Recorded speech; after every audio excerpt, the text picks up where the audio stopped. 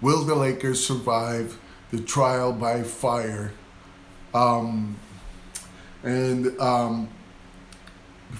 before anything, if you like my videos, if you like my live streams, please subscribe, uh, like my videos. You know, the check mark on the like, and also if you can share the videos, that would be awesome. All right, so let's start right away with the thing. First thing we got is that there are rumors of different possible trades involving KCP, Taylor Horton Tucker, and also Jared Dudley.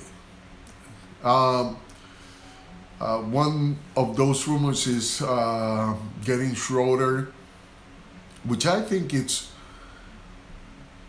great, except for the fact that we don't know how Taylor Horton Tucker's defense could help on the wing side, which is one of our weaknesses. Would have done, you know. He's a good wing defender, which is something that we need. I know he's 6'4", but he's one of those guys with really big wingspan that really can guard guys taller than him, even centers. Um, he's a rebounder. He can score 3-point shots from time to time. And even though maybe he doesn't contribute enough to the offense, defensively, I think this guy would be an excellent pair for the Lakers. Now, anyways, Schroeder is good enough for us to think about it. And there's a few other guys that could fit even better. But I'm not going to dedicate more time than that to these trade rumors, because when everything is concrete, it's Rob Pelinka has done enough for us to gain confidence that he's gonna do the right decisions. We were skeptic before, or at least some of us, but frankly, with the team that the Lakers have assembled this year, it's more than it's more than enough to believe that he can make really good trades and really good make really good decisions on that department. He has assembled a great team, championship contender team, and the Lakers are the number one team in the NBA when they were one of the teams with the worst records the last year. We gotta also remember that the last year the Lakers were number 4 before injuries and trade rumors and all that kind of stuff. But anyways, the Lakers team last year was not near of be a contender as they are right now.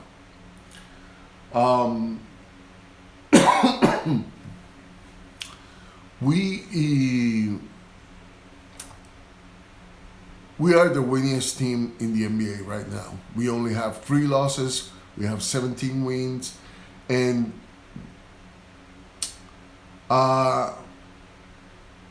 people would say we shouldn't be uneasy about anything right now. But playoff contending teams have exposed some of our problems.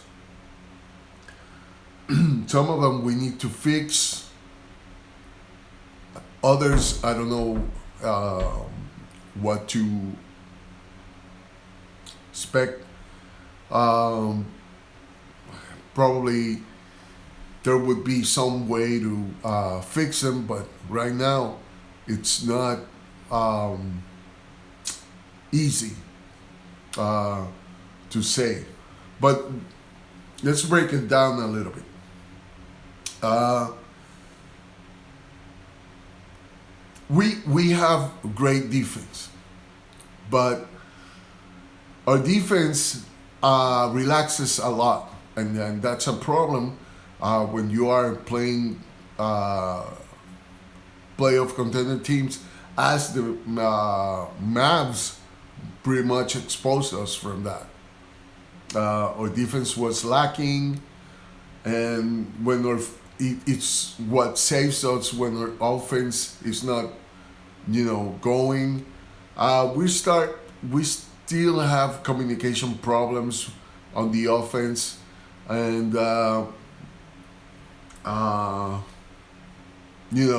you see it when you see players not expecting passes that should be normal passes. So we are still struggling in that.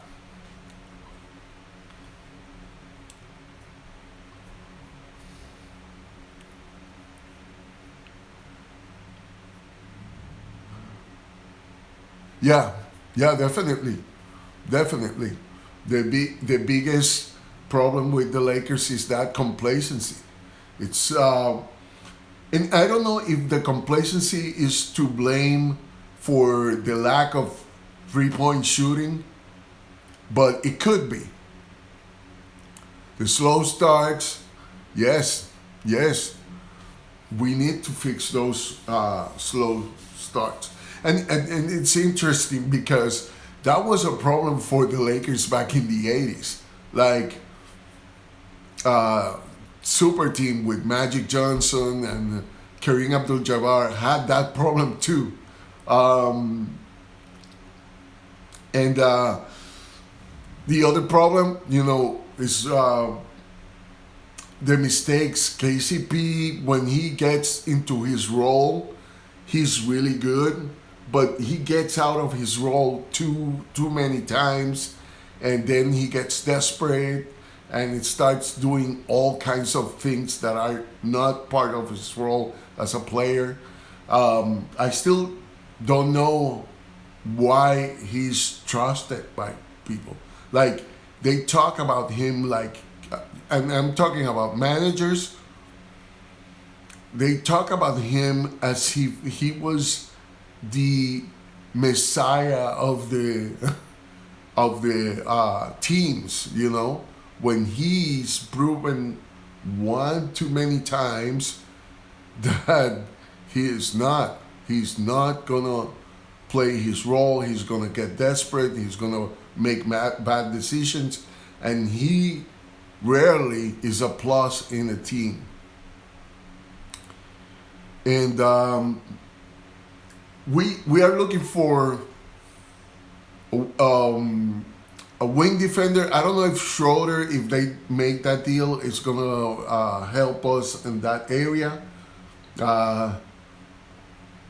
He's a good player. I don't know, but really, if we are gonna trade for somebody, KCP, Jared Dudley, and Taylor Horton Tucker looks like a good package.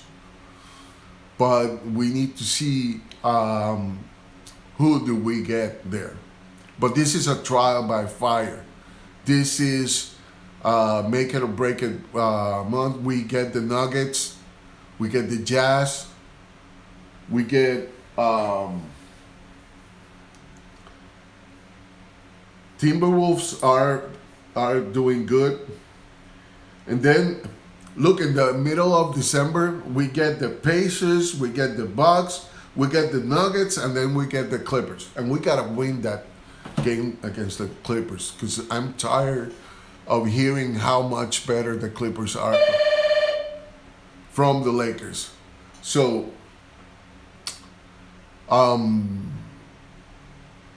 that's something that it needs to happen. I'm gonna take the camera here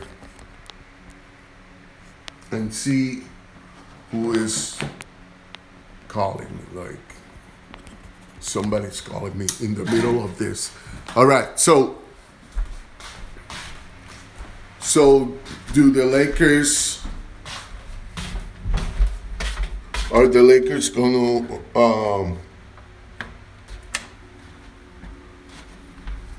beat the Clippers? Is important because if we don't win those games, we're gonna be hearing from the Bayless of our lives, saying how bad the Lakers are, how favored they were by the schedule, and all that kind of stuff we don't need to hear from. Yeah, we got the Blazers too.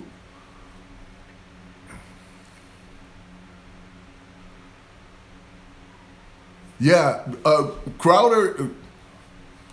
What do you think, guys, about Crowder? Is he a good fit for the Lakers? Because, well, we're not really giving that much. I mean, Jared Dudley, he does what he does, and I didn't expect much more from him. But we need to start looking for people who can contribute in the offense in daily basis, because until Kuzma gets in that role of offensive player,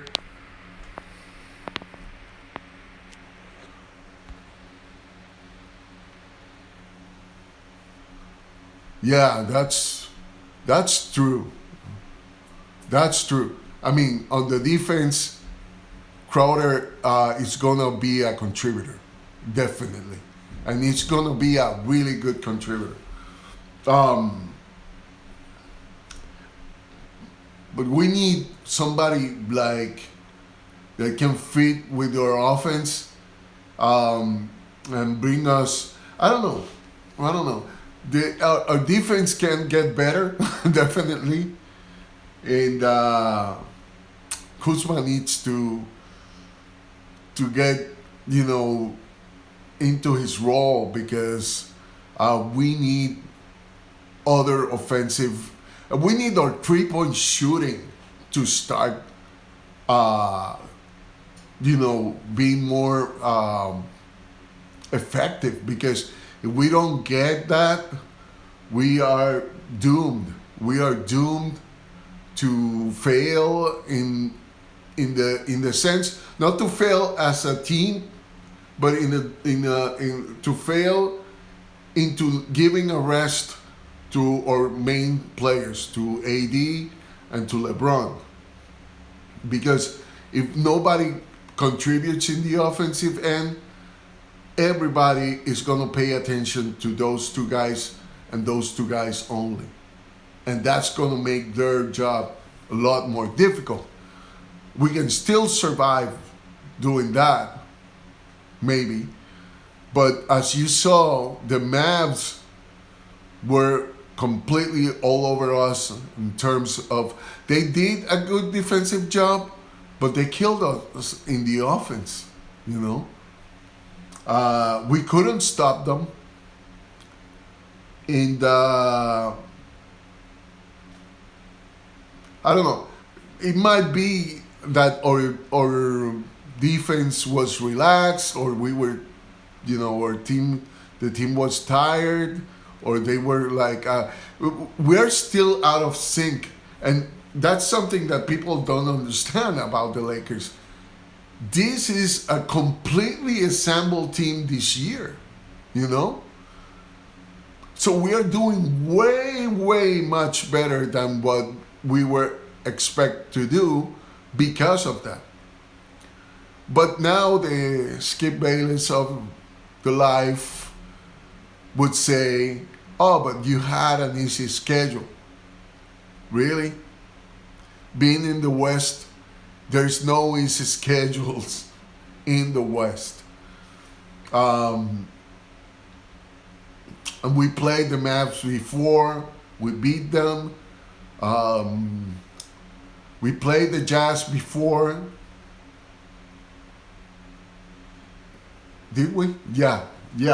We played the Jazz before. And we have only 3 losses.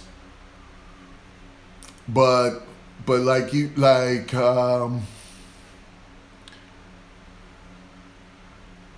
what it was mentioned before by I'm trying to look who did it. But complacency, man. That's one of the biggest enemies right now of the Lakers. Complacency. And I don't know if it's that we were assembled, that it was a team that, the Lakers is a team that just was built, or that the fact that we are complacent, but something is not kicking off, or 3-point shooting. And I think that is a key. That is a key that we need to start addressing that. And I don't know. I think at this point, I would try to do the trade. It could be Crowder. It could be this guy Schroeder, or there's a few other guys that kind of could work out that trade. And certainly, I mean, can you believe that KCP had the opportunity to stay in Detroit for $80 million? I mean, that to me is mind-blowing. Why would anyone want to pay KCP $80 million?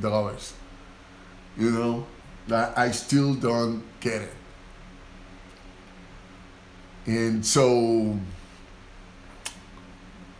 well, so this is my prediction, not my prediction, but my analysis of how these games are gonna go. The Lakers have to win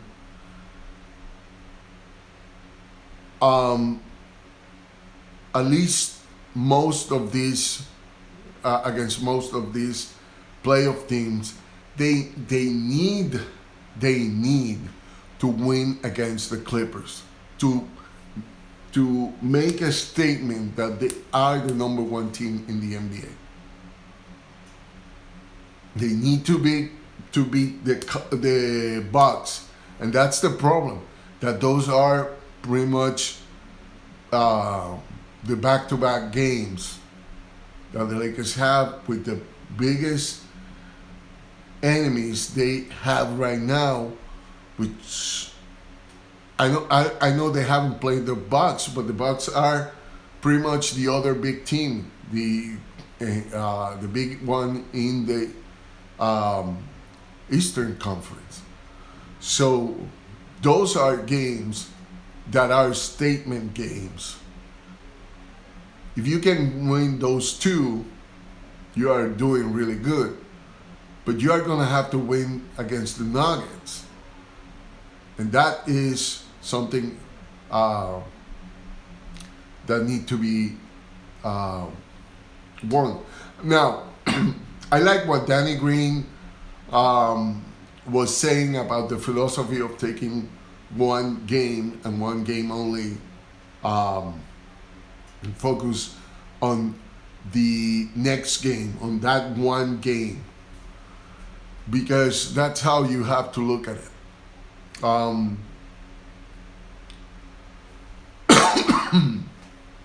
Sorry about that. So we need to do that. We need to build in each game and not think about the whole calendar and become the scariest team in the NBA. We can do that. The personnel is there. We have the faults, you know, and they're gonna try to exploit it.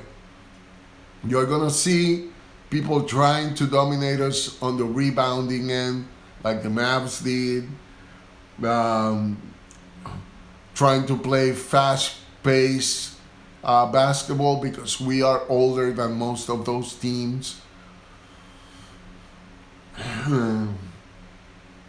And we need to come up with the way to, and I think Vogel is excellent doing that. He always keeps somebody that is capable to take the offense, you know. When he doesn't have LeBron James, he gets AD and Kuzma. He kind of keeps them all in the rotation. Problem is, Kuzma is still not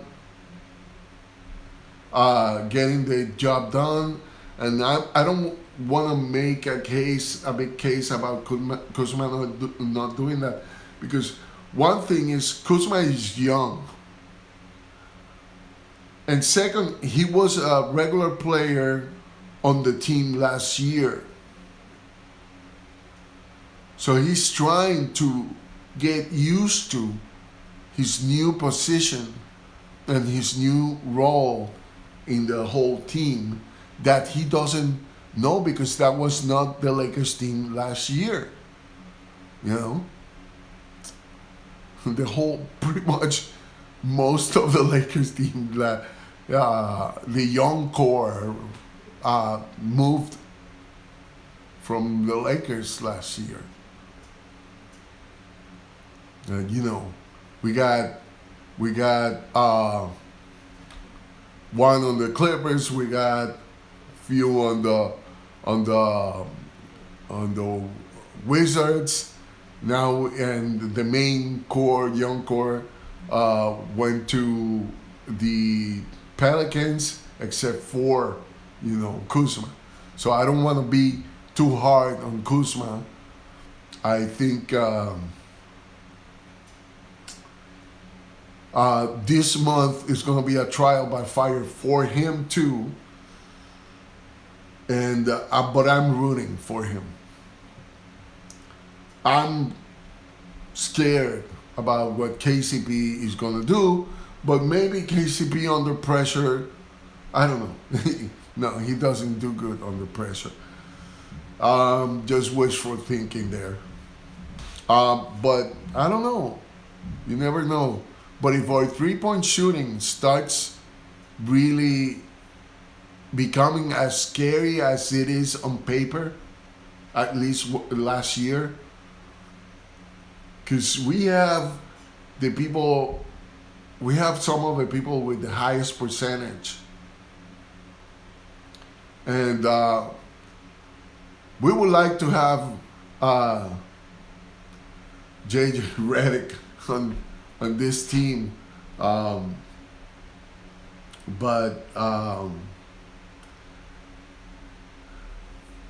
I mean, what can we offer? We would have to offer something big, like someone big like Kuzma, or you know, I don't know if we can have Jared Dudley and Horton Tucker and KCP for that team, which it wouldn't be a bad deal for them, but I don't know. Well, so that's my comments on that. I think the Lakers, like you guys said, they need to either try THT before you trade. Maybe you have a diamond in the rough there. I think defensively he is really good, and offensively he can get into rhythm from time to time, and in a team that is going to leave him wide open for those threes, I think he could make them. I don't know. If I were drafted to the NBA, the first thing I would get is a shooting coach, because I want to make those shots very, very constant, you know. But, you know, I'm not an NBA player, so. All right, so I'm going to leave it like this. I hope tomorrow we win. I'm going to try to come up with some analysis of what the game is going to be. And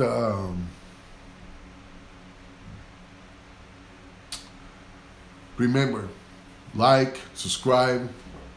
I hope you have a Merry Christmas if I don't see you or we don't interact. And go Lakers. Remember, like, share, and subscribe. All right? If you like this channel, support it by doing that. And later. All right. Bye-bye.